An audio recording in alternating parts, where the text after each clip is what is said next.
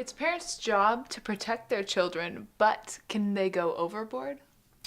Well, I think the answer is yes. I mean, I'm all for reasonable protection. Sometimes Nancy and I joke when we put our grandchildren in the car seats. You got this strap, you got this strap, and all that, and we joke that we're putting them in the space shuttle. We are locking them in. Yeah. And then we think about when we were kids, and just kind of if there was a quick turn, we rolled. I mean, that's how it was. Well, the good old days weren't that good. They weren't that safe. I used to ride in the back of pickup trucks with my friends, all the time. Well, you'd never think of, doing that today. So yeah, well, I mean, let's take reasonable precautions with our kids.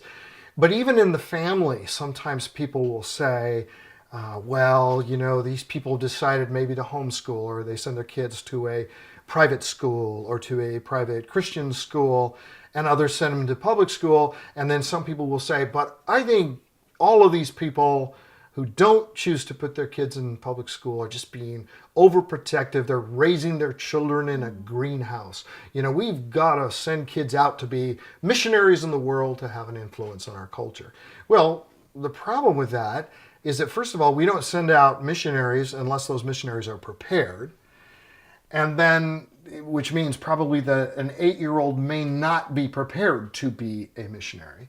But the other problem is the greenhouse comparison, because the whole point of being in a greenhouse is not so that you won't be ready for the world, but to make you ready for the world. Because those plants that are raised in the greenhouse are then put out into the world where hopefully they thrive. Hopefully, if we raise our children in a way that's protective in the right ways, but not overprotective, then they'll go out in the world and they'll thrive and make a difference.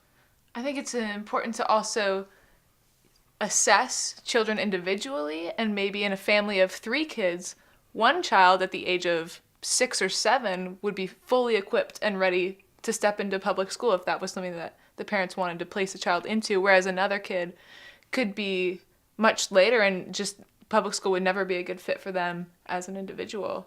Exactly. I know parents who have a number of children and they have chosen homeschool for 1 or 2 of the kids, and private school for another, and public school for another, and of course different at different times. So it's up to the parent, but certainly the parent needs to prayerfully consider this. Married couple, they need to talk it over and do what is best, as you say, for each individual child.